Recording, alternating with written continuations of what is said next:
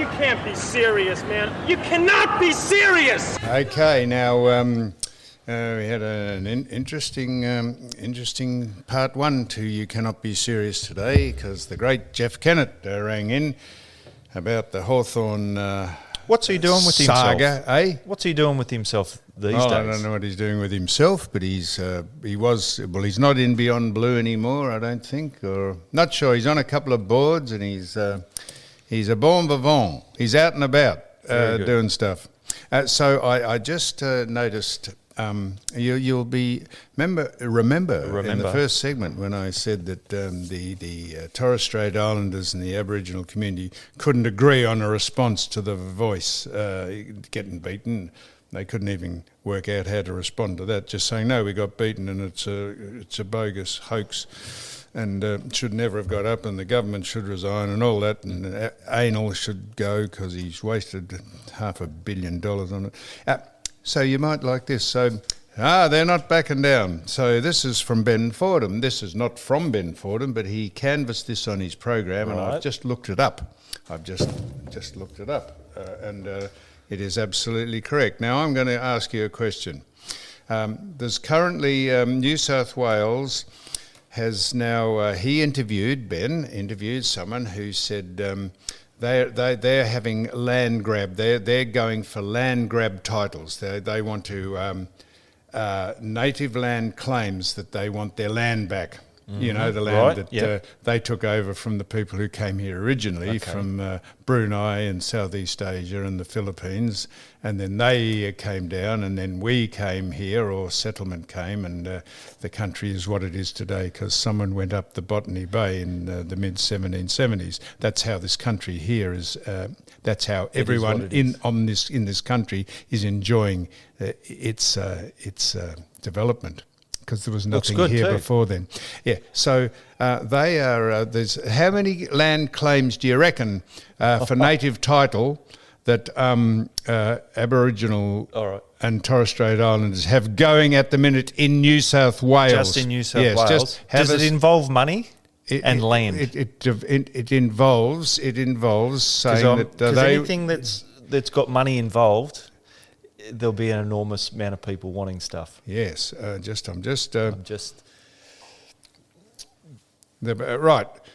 Well, it's for land that they want back, land title, native title land that they claim that they want back. How many claims are in the courts at the minute? How many claims?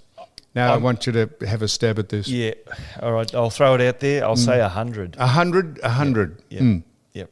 Well, there wasn't many of them at the time, remember? No. So there shouldn't be too many land. If you want to see how bogus and dishonest and where this is headed and how people are exploiting it, there's 40,000 native title claims in New South Wales alone.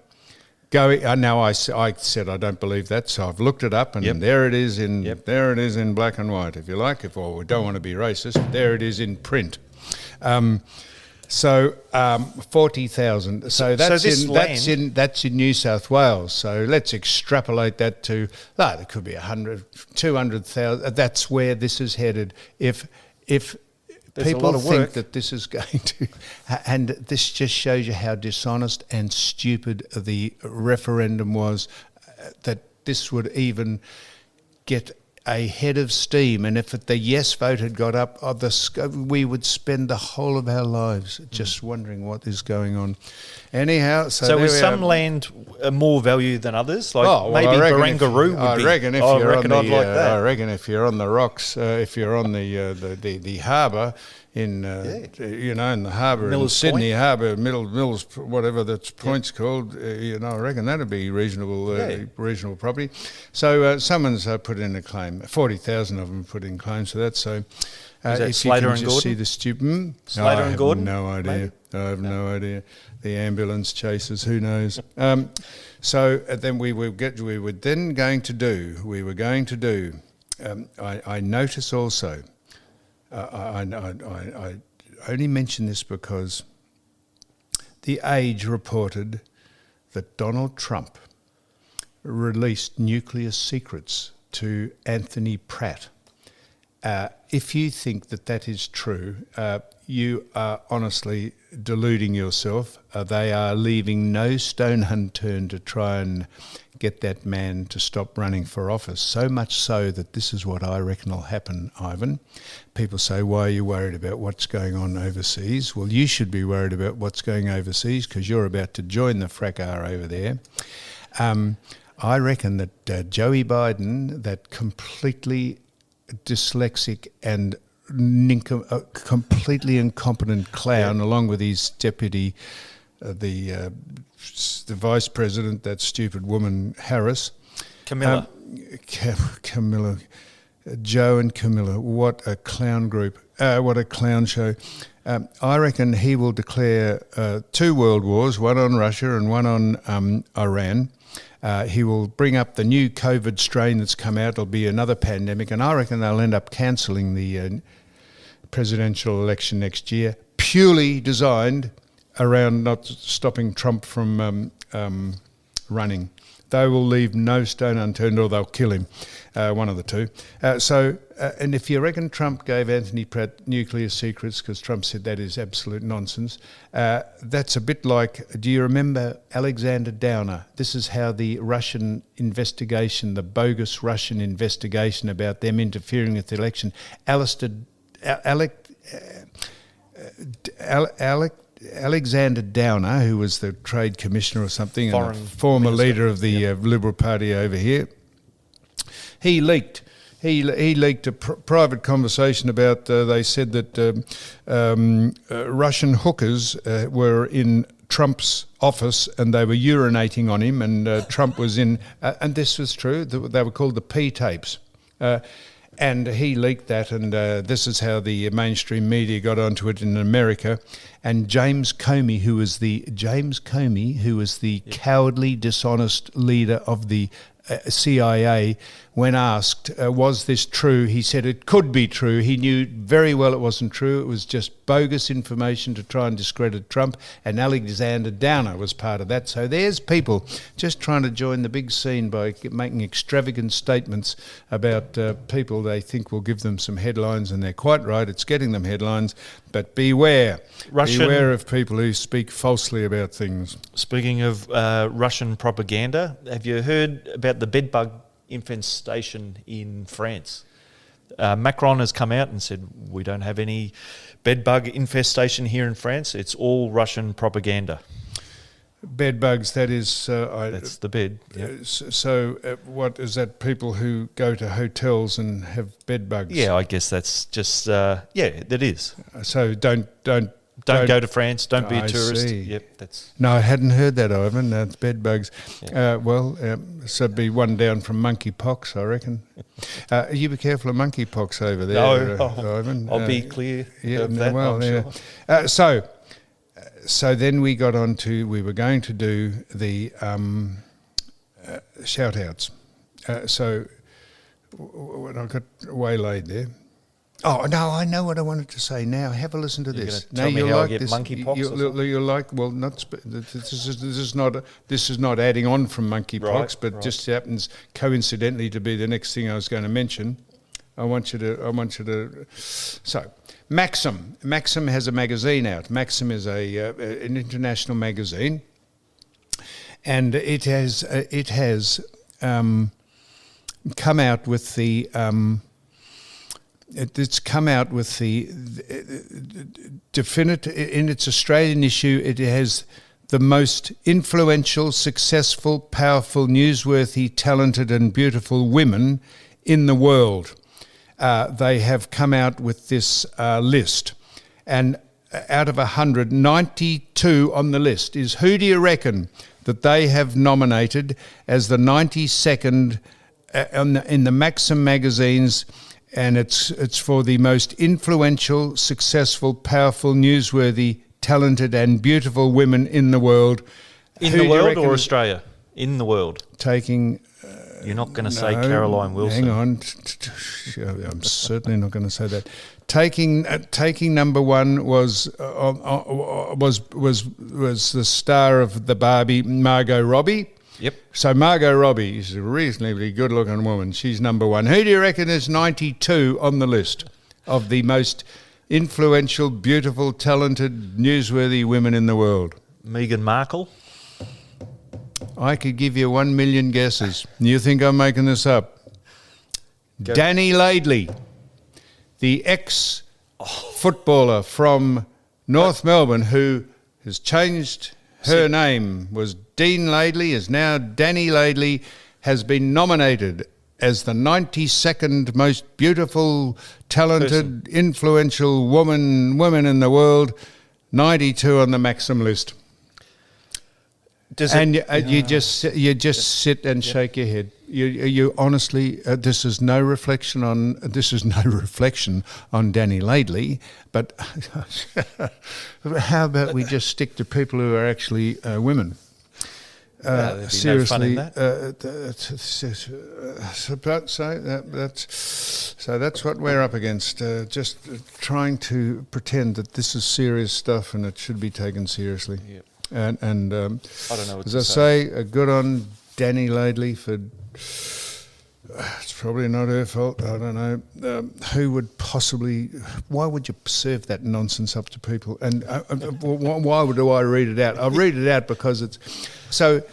So here's another. Yeah. Do you remember the man who said he wouldn't wear the Alinta gas thing on his? What was the captain of? Yeah, what was his name? No, I'm going to say the wrong name. No. I should know his name. It's a captain. Wasn't his name Warner? Was it not Michael Warner? No, it wasn't Warner. No, it wasn't Warner. Who was it? Anyhow, he said, "Oh no, I won't be driving a car that guzzles fuel. I won't be sponsoring or putting my name to Alinta Gas because they're polluting the atmosphere." He was found out that he drove a Range Rover, which just the political nonsense he went on with. So here's Gina Reinhardt, who, if you remember, I reckon I might have it. Pat Cummins. All right, yeah. So go. Pat, Pat, Pat being a freaking dill. So Gina Reinhardt, she withdrew her sponsorship from. I think the Netball Society because they didn't want to be involved with mining or something. And now she's withdrawn her money from Swimming Australia. And they're in a degree of trouble financially because she's withdrawn her sponsorship because all she asked was of the people who run Swimming Australia, where was the majority of her money going? Was it ever getting down to the actual swimmers to help them with equipment, funding, and training and expenses? And she thought possibly it might be being skimmed off the top, possibly. These are my words, she didn't say that. But she just asked, could she have a breakdown of where her funds went? And they were fairly rude to her and said, no, we'll run our own business. She said, good, well, you run it and you won't be running it without my aid. So she's withdrawn her sponsorship dollars. So there you are. Never catch your nose, never bite the hand that feeds you. So the MotoGP, and I mentioned the MotoGP and the Grid Girls, and there was a fantastic. I've never heard of this man before. There's a bloke called, I think his name was Chad Naylan. I hope I've got his name right. You know, when they go around, when the bikes are on the grid or the Formula One cars are on the grid, and they go around, they try and snatch interviews with people before, and he did a fantastic job down there. He spoke to the riders who were sitting on their bikes, and he. I know this doesn't sound much, but usually they get short shrift. Now, that is not short shift, incidentally. It's short shrift. I know someone who would say commonly short shift. mispronounced pronounced statement. Short shrift. He was fantastic, and he knew his stuff. And Channel 10, I think he's from Chad Naylan, his name was. Yeah. So good on you, Chad. Excellent job. He spoke to Mark Marquez and Jack Miller and all the people who were ready to do it and all the principals just before the race started. And what a race it was. And you can tell, the overseas commentators, you can tell when they're genuine. They genuinely think the MotoGP at Phillip Island is the best in the world, the best track, the best run, and it was World-class circuit. World-class circuit. The best races on the way home too, from Phillip Island to Melbourne. Yes, and without a doubt, the best form of motorsport going around at the minute is the MotoGP, followed by probably NASCAR, and in a long and distance third is the Formula One, because it is so boring and uncompetitive, and I love it. I love the cars, and the whole lead up to it is fantastic, just seeing them all sitting there. And once the race starts, you may as well turn it off. It is so boring, it's frightening. And we have it here, and I love it. And they transform the Albert Park Lake, and they transform it into a gala week and fortnight. Mind you, it's a sellout again. It's a sellout because people go there hoping someday someone will race someone, but they never do. So there we are now. Have we done the shout-outs? No, we're about to do them now. Because there's a few shout-outs, Michael, Ivan. So go on, you've got one. I've got one here. Well, get on with it. All right. Who do we call the Bombora? The Bombora, the big Bombora. Percy Jones? Percy Jones. Yeah, I've got it right. He's domiciled down on the East Coast, the West Coast. Yep. Down there by, I won't say where he is because he'd be swarmed, he'd be mobbed. Yep. And he greases this big long board up with the beeswax. That's what you grease him up. Right. And he goes out on very big, heavy swell days. He waits religiously for storms to come in. And when he knows there's going to be a big swell, he strikes out amongst the breakers and the surf. And he gets out the back, and that's where the bombies are, the bomboras. They're the rogue waves that break out in the ocean, and then they settle down, and by the time they get into shore, they reform. But he goes out and he gets them the original bombora. And he's out there with his hair slicked back, and he's with beeswax, and he's ground his plums have taken a bit of a belting, because when you lie on the board with the board shorts and you got the beeswax on the board, your plums get a bit of a rubbing. Maybe but there's a divot in there. He's used to that now. The reason, and he streaks in on those big waves. He's a sight to see. People go down there to watch the Bomby. You can rent those big binoculars that they have on. You ever seen them on the car parks? You've got to put 10 cents in. Oh, well, you to 20 now for the Bomby, and they line up to see the Bomby coming in. Bomby Jones, he's called. So what about him? 77 years old. And still doing it. And still doing it. Last Friday. I'm just a bit older than him. So in dog years, how many? No, he's 70. In dog years? No, in real years. Well, if he's in dog years, he's 7. He's 11. He's 11, yeah. 11. Right. If you're saying a dog year is 7 years and he's 77, 7 11s is 6. What are 7 11s? 7-11? 7 11s. What? No, 6, 7 times. He's 77 years old, so he'd be 539 years old. Is that right? You idiot! A human year is 7 years older than a dog year. No, the other way around. No, it's not. I'm sure it is. Where's Sue? Well, if a dog is 10, 7. You are 70. If a dog is 10, that's equivalent of 70 human years. So if he is 77, that's the equivalent of him being a dog year 11. It's being a dog of 11, isn't it? Or have I got that wrong? I don't know. I think you got that wrong. I think the other way around. What are you talking about? I don't know. There'll be people screaming. If a dog is 10, what is that the equivalent of human years? 70. Thanks. If Percy Jones is 7, if the Bomby is 77, how many dog years is that? 11. 11 sevens are 77, aren't they? I thought it'd go all right. No, I don't know. What? No, I can't calculate it. I think it's 539. Well, so if the Bomby, if Bomby Jones was 11, if he's 11, if he's a dog, yeah, how old would he be if he's a human? 77. All right. Is that right? What? Can we just I don't get know off that this? I'm right. I fucked myself up. I'm going to ask Sue later. Yes, where is she? She's upstairs with maybe the guest. Right. Now, so here are the shout-outs. So first of all, Stephen from Adelaide. And he is the father, or his daughter is Emma. And Emma's daughter is Eve. And Stephen has come over from Adelaide, or he's from Adelaide. It's not Stephen Malakalis, the Premier. No. Fucking what do you think? Because someone's called Stephen, it could be the Premier. There's a lot of people are called Stephen. Stephen Kernahan, Stephen Brax.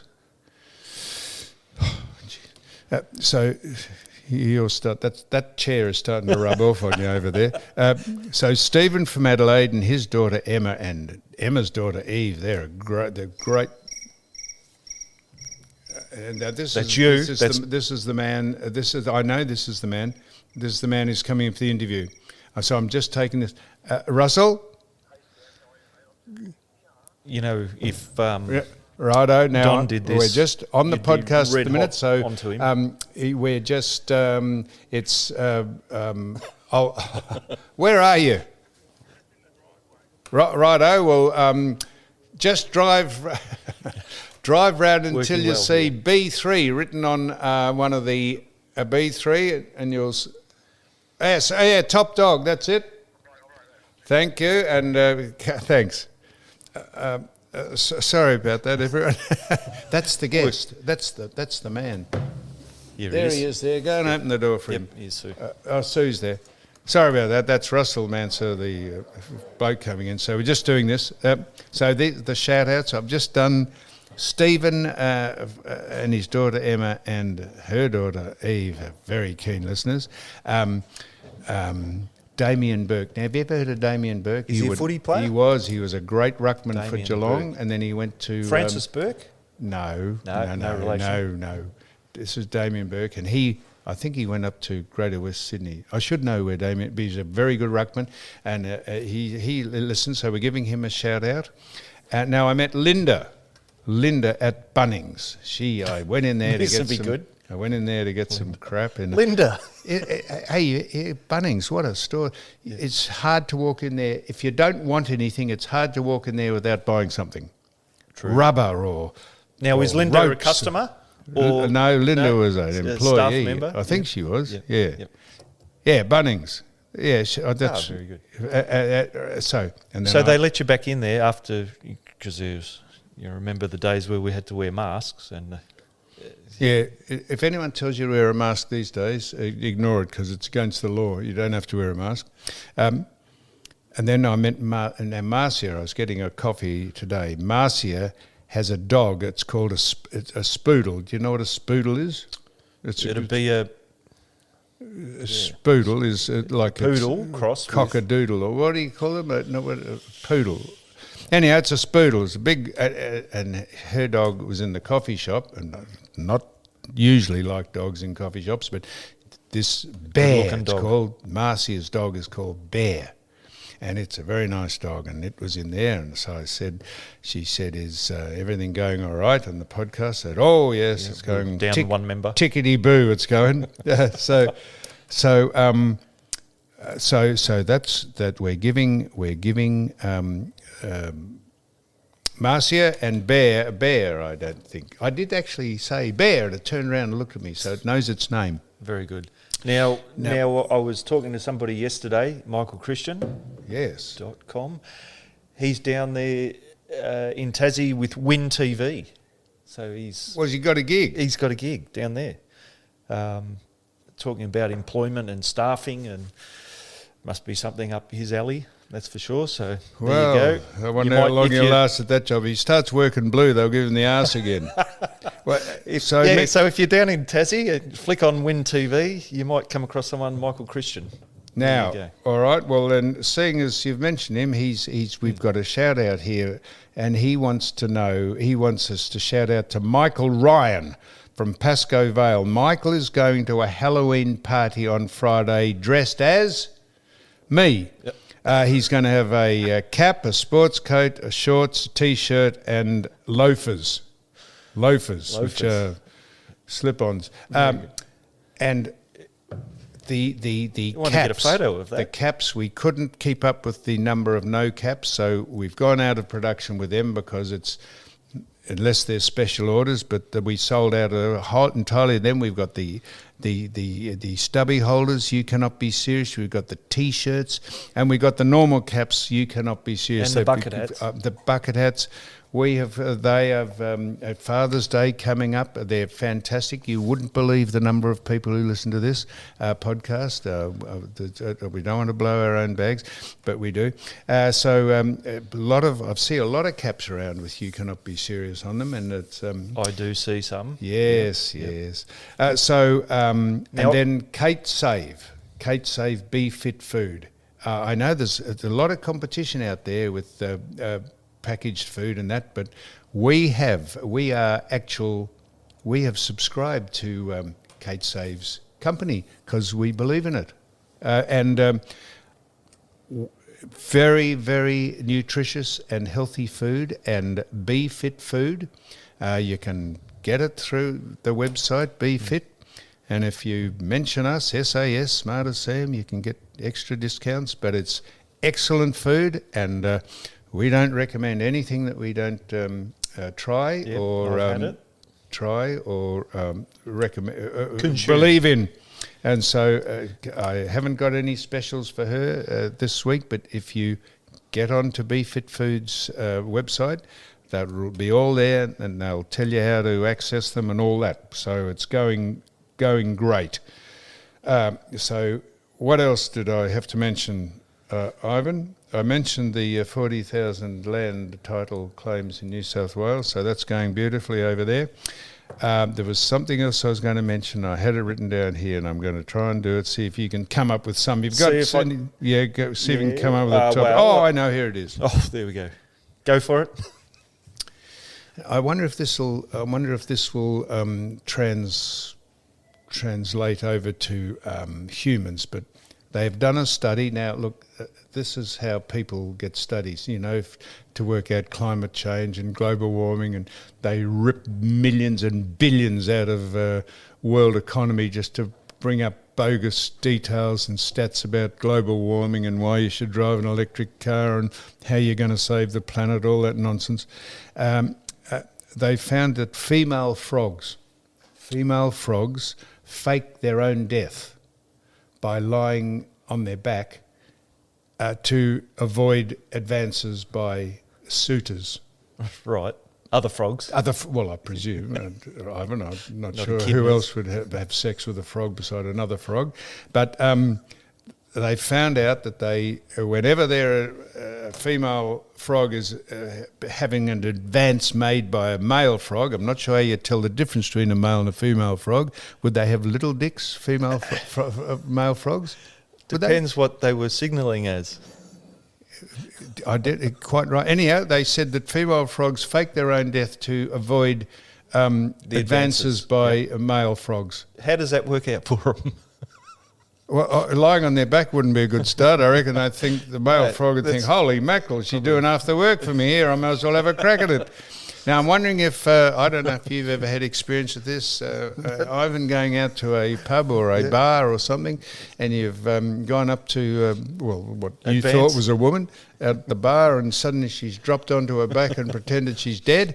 Would that put you off having a crack at her? No, just the opposite. That would be... Yeah, you jump on top of her and say, well, any port in a storm. Something like that. Yeah. Well, I say... the frog population isn't really dwindling, is it? So no, if a female frog is in a pond, and there's a whole lot of male frogs looking at her, she might pick out one that she wants to do the job with, and if the other ones come at her, she just pretends she's dead, and then they wander away, and then if the bloke male frog, I don't even know what I'm talking about. I was just isn't there a word, you'd probably know, there's a word for people that like that type of thing? Necrophilia? Yeah. I don't know. Yeah, that's the one. Isn't that necrophilia? That's having sex with dead people? Yeah, great. Geez, I've done that a few times. Didn't have much a response anyhow when I was doing it. That not much animation. Yeah. I remember, I remember went out with... But yeah, I was with along. someone one day and I was in the rack and they said they weren't that interested and they said, look, just go for your life. When you finish, just pull the doona over me, will you? Just don't slam the door as you leave. And I thought, well, that probably wasn't going to go far. Yeah, that wasn't going to go far, that particular relationship. Yeah. One of the people I went out with, as a contraceptive, they used to wear their tracksuit pants. That was, I assumed that wasn't a great invitation to climb on board, but but none of them have ever faked death. Yeah, that's going an extra. That's going the extra yard, I reckon. Yeah. So, Ivan, we've. I can't think of anything else that I wanted to say about anything. I got good. We'll get on with it. Ian Cook. Oh, I'm glad. Now I saw him on the news. Brilliant. Yeah. Brilliant. So I think there's a by-election. You'll be all across this. There's a by-election down in the seat of Malvern. Is it Malvern? There'll be people screaming at me. So the Liberals don't know if they're going to put a candidate. Of course, Dan Andrews is gone. The only other candidate down there is Ian Cook, so apparently he's standing. Well, I'm very glad you mentioned that because the state government, I read this, I'm trying to find it, but they have spent $1.5 million combating Ian Cook, iCook Foods' claim, saying that Brett Sutton doesn't have to answer any questions about...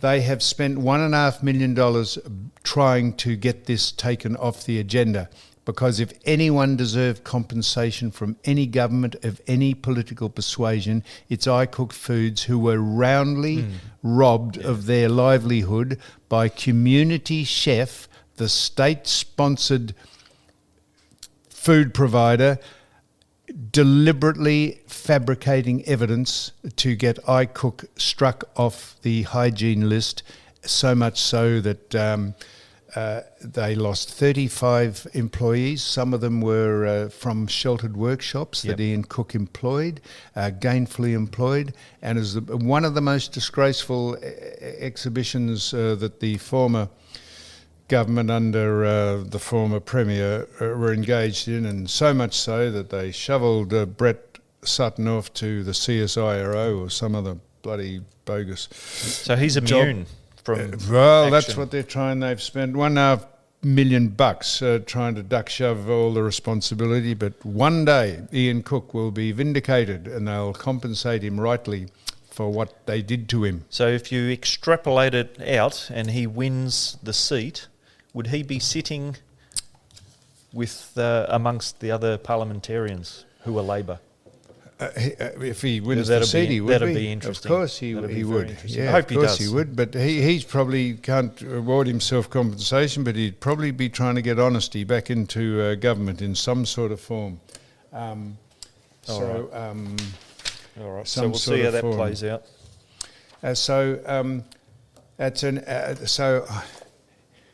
In this day and age, when people are trying to seek business, I contacted a flooring company to meet me. Did I tell you I was in hospital the day before yesterday because I put my shoulder out? I discharged myself from hospital to meet a flooring company who I'd arranged, drove myself there in a bit of pain, and waited for half an hour for them to turn up at a pre-arranged appointment. Not only didn't the person I arranged the appointment with turn up, but the person who was delegated to take the person's place didn't turn up either. So I wrote them. One of the best emails I've ever sent to someone, and I said, I'm on a podcast. This is not blackmail or anything. This is just alerting people. I do this all the time, so go ahead. I wrote to I said, just in case you're interested, your tardiness and your unethical behaviour will not go unnoticed. I said, because I have a podcast and I'll be now announcing that people shouldn't do business with your company because But I've just looked at a text I've received from them, and they're apologising because they said there was some extenuating circumstances. Fair enough. So they've responded to responded to my email. So I only just seen it, but quite coincidentally, as I was about to mention it, it came up on the phone. So I will back off naming who this company was, and I'll see what they say, because you cannot treat clients like that. I arranged this a fortnight ago. As I say, I discharged myself from hospital because I put my shoulder out. It came out of its socket, the one that I'd had repaired, and I limped to the meeting and waited in fair bit of pain. For someone to turn up. Yes, so this is an ongoing, and if we smooth things over, I'll be happy to say who they are and how great they are. But at the minute, they've just escaped being named as incompetent and untrustworthy vendors of their product. All right, we'll see what turns up. We will. With bated So we're going to wind this up now. So your shoulders popped out. It popped out. After 2 weeks, like after I had the it done warranties. 8 weeks, I putting my jacket on. I had my hand overhead, and the socket popped out of the titanium socket popped out of its replaced anchor point. Yep. And That's I'll why tell you've you got that is the most painful thing. So we're over, and we're over that now. And as I say, I went to meet these people, and they didn't turn up. So that got me ticked off. Anyhow, this is going beautifully, Ivan. We're going to come back with a man who has spent most of his adult life in jail because he's a bank robber. And we will wind this up. So that's it for segment 2.